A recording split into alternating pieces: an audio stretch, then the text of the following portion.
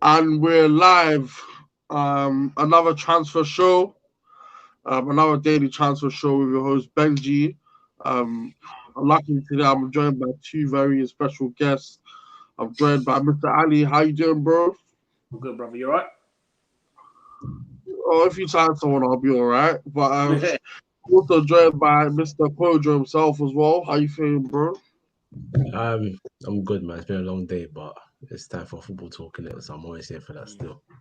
Yeah, it's good, man. It's good. So, as usual, like, comment, share, subscribe. Do all of that good stuff. It's day number 47 in the Big Brother house, and Manchester United still have signed nobody. So nothing's changed there. What are your thoughts on obviously Chelsea signed like 6 players, Arsenal signed a player before, which is so embarrassing. Liverpool signed someone, City signed two. So what are your thoughts on Manchester United? Are you guys worried, or you just feel like this is what we've become? Coach, you can go first.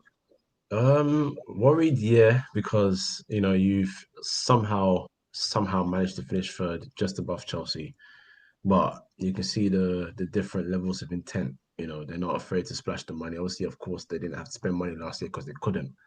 But even in January, when the ban was lifted, they made a signing for this season in Ziyech, so you could see the intent was there. And for a club that made a statement saying earlier in the season about even with COVID that they have the power to spend money, they seem to be haggling over any sort of deal and messing about with it. I mean, we've heard that they spoke to the agents of Gabriel instead of approaching the actual club and showing the actual interest. We all know about the Sancho thing. I'm not going to go into that. So, you watch Chelsea, you see what they're doing business. I mean, even Arsenal, they've been called broke boys for a long time, but look at how they're moving as well. So, you can only ever be worried. I mean, Liverpool won the league, and even they've bolstered their left back position. They've got someone that can immediately replace Robertson if needed, which means Milner's not needed there anymore, which is perfect. So yeah, of course I'm worried, but we've gone to October, and this team loves to do things quite late. So I'm going to try and keep it calm, not stress myself until the dreaded day, and see what happens. Really. Fair enough. Obviously, Ali Kojo just said that he's kind of used to it. He understands that what's going on. For you, are you surprised, or do you feel like we're as Manchester United fans we're being a bit impatient? What's your take on it? No, I don't think it's the fact that we're being impatient. I think similar to what Coach said, we've had months of planning the summer window. We've had months of identifying targets, finding out what their financial packages are, what our limitations are, etc.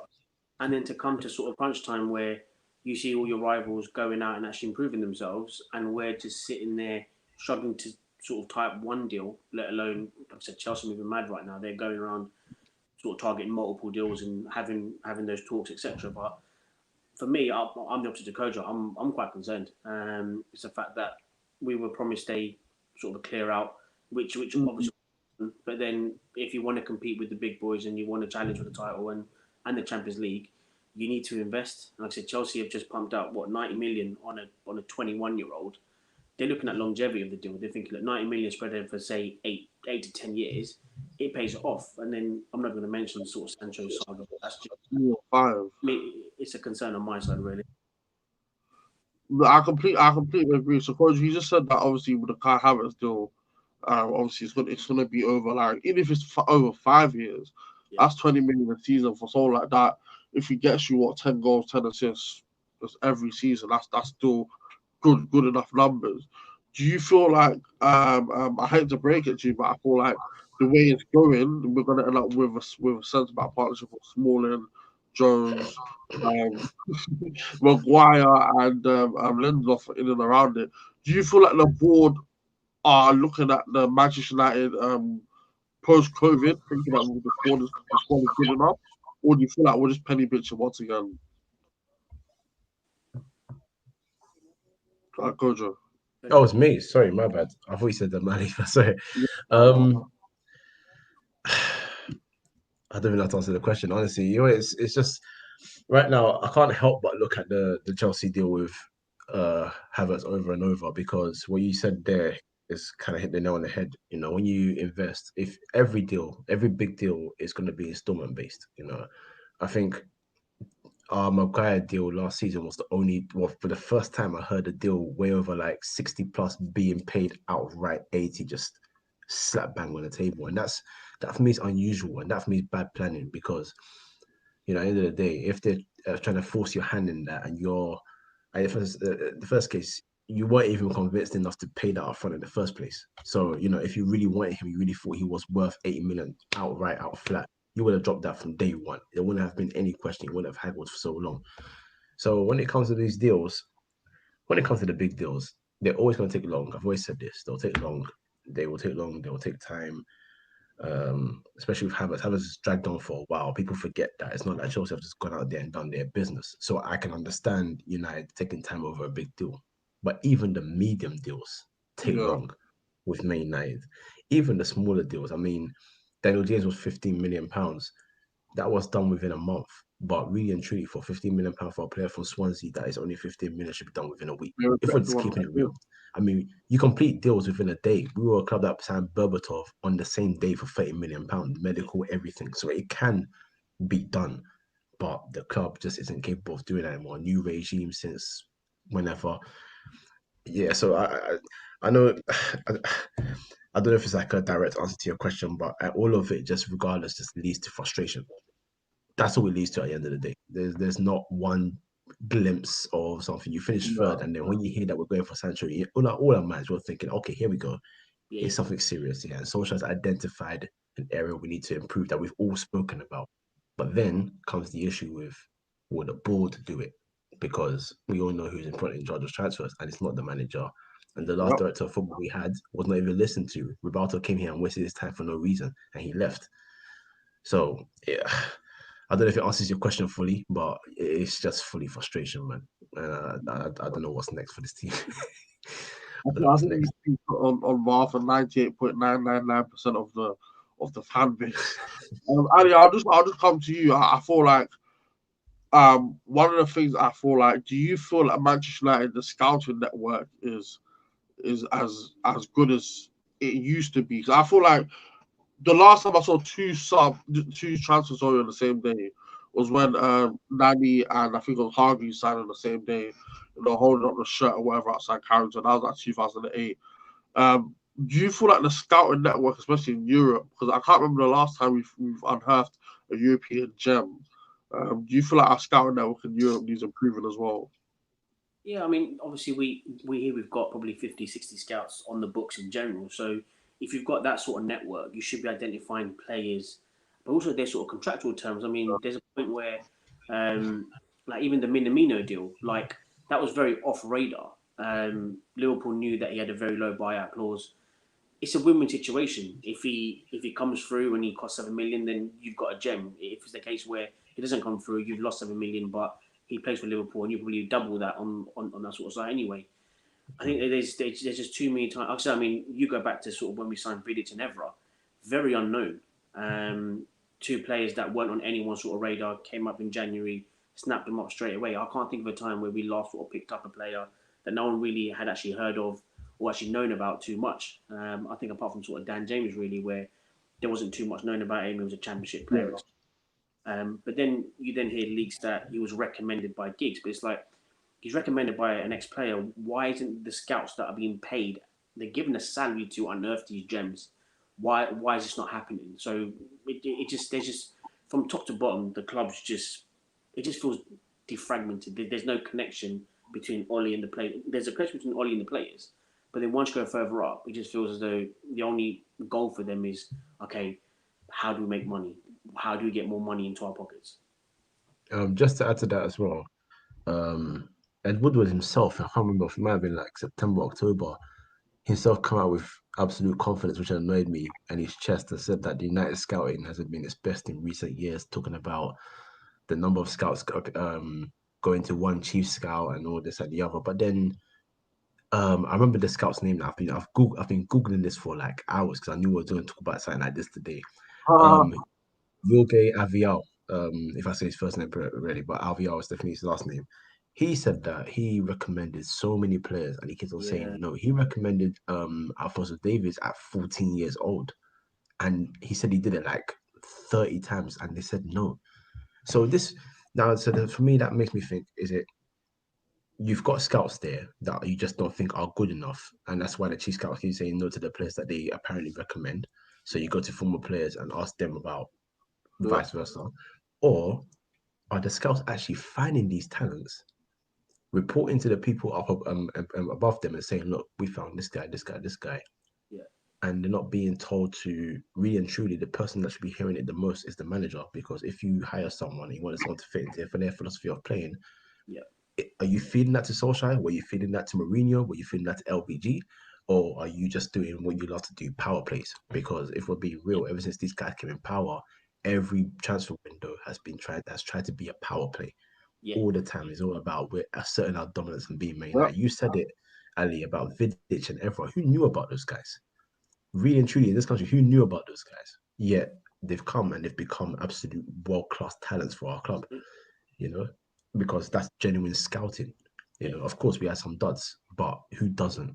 So right now, I don't know who's culpable, but if I'm hearing that from an actual scout, I've got to look at the chairman and the board, and this is why I understand people get onto managers, but I don't get onto them too tough, because I feel like if they're not in charge of transfers and you've got people that are qualified to offer personnel, and your club is saying no to them, what help do you have after that? You know what I mean, what more can you do after that? It's very jarring.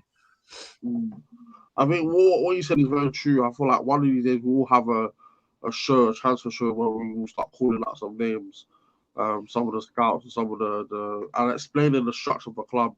Because I feel like a lot of Manchester United fans, they don't actually understand the structure of the club, who's running what and who's doing what. For example, everyone will say, "Oh, Ollie's this, Ollie's that," but it's not Ollie, it's Matt Judge, it's Woodward, it's all of these people that are taking over the club. Obviously, you have the scouting network as well, and obviously, I know this is not real life, but obviously, as a football manager head myself, when you do come into the club, especially Manchester United, the first thing I do is sack literally every one of my scouts, because I feel as if they don't do the job, but I hire new people. I feel like us as a club, especially as a big club as we are, for us not to have brought up any gems since I can't remember when. Yeah, sorry. For us to have brought up any gems since I can't remember when is very, very alarming. Very, very, very alarming. But I just wanted to ask you guys to simply give me. I'm the CEO of the club. I want you guys to give me 3 centre backs you feel like we can sign realistically for Manchester United football. But obviously, it has to be within reason with the price. We're looking for a fast, young, up and coming centre back, and obviously we all know a lot of names. So give me one each, and we'll go from there. So we'll start with you, Kojo. Give me one centre back that we feel like. Okay. Well, I'll try not to go for the power play. I'll shout out my boy Darren, who's the co-founder of my podcast from Midfield. He messaged me about Malang Sarr. Good centre back, young, quick, can tackle, knows how to mark, good in the air. Said he's a free agent as well. I didn't know that he was a free agent this summer, and he told me that yesterday. I can even show you the text. And then this afternoon or this evening, I'm on Twitter and I see Fabrizio Romano talking about him being offered to Chelsea. Like, he's right there. He's a free agent, and quite frankly, he's better than a lot of the setbacks we have in reserve. And he's got a future ahead of him. So that'll be my first one. If you don't want to spend money or you ain't got money to spend, there's someone that's sitting at home without a club that's ready to join a club. So Malang Sarr is my first shout. Fantastic. I mean, he'll be a fantastic shout. Got the pace that you said. Also quick. He's quick. Got pace. I feel like he's agile as well to come in and play that centre back role, which we lack, especially at the back. I feel like the defense lacks a lot of pace. So it'll be a good signing for us. And for free, come on, Woodward, man, stop. You know, once you go a football manager, you type in the criteria, contract expiring in 6 months, bro. Come on, man. We're a bit slow out here, man. So what you said, Ali, who do you go get? Upamecano, RB Leipzig. Young, French, strong, powerful. Had some really good games, even in the Champions League as well. Fits the bill. Okay, he's definitely got a price tag on him. But in terms of longevity, played in a decent league as well.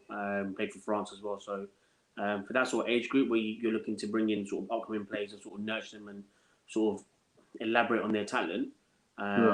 It's like a 50 million, 55 million buyout. So it's still a bit of money, but again, you're looking at investment. Again, if he started correctly and he's been challenged and felt comfortable at Champions League level, I think that's a shout right there. What's a signing? Go, do you have anything to add about Upamecano? I feel like he's just a baller, man. Yeah, no, Ali's hit the nail on the head. The guy is a fantastic centre back. So young as well. I mean, if you're talking about building for the future with potential, you can only imagine what the guy's ceiling is. God forbid he gets any major injury, then he's gonna go to a whole new level. You know what I mean? So yeah, I co-sign that completely. I would absolutely love if Upamecano at Man United. That would be beautiful. But that being said, his price tag is what, £80 million? Right. Future development, I'm cool with that, but Man United will probably have to go and pay 130, but not an excuse of like, oh, don't go and pay that, because there's this myth about the market being inflated, but the smartest clubs have actually found bargains within a inflated market. Some clubs just don't spend money, so they mug them off, aka Man United. So honestly, we're talking about 80 million now. Probably give it about 2 years. He'll be driving Real Madrid for 50 million. Yeah, like sure. Is that kind of deal? You know what I mean? We heard about 80 million for Chilwell, but he's going to Chelsea for 50 million. Smart dealing. So yeah, but I co-sign what Ali says. Phenomenal player, absolutely. Well, what about his centre back partner, Ibrahim Konate? I feel like he's good, but no one really talks about him. What are you guys' thoughts on him? I'm not sure about him. I'm not sure about him. Maybe because the spotlight has been so much on Upamecano. I focused so much on him. I haven't really kept an eye on Konate, so I'm not the best person to talk about him. But in the few games I've seen of him, as in like actually watched him properly to see what he can do as well, he's been good. But I can't give a comprehensive view as to what I feel like his biggest strengths are. Whereas with Upamecano, because he is the star of the defense, I can talk about him all day, just like Ali did. So, yeah, for me, I can't really say much on him. Ali, got any scout reports on Konate? I think there's times when your centre back partner makes you look better than you actually are.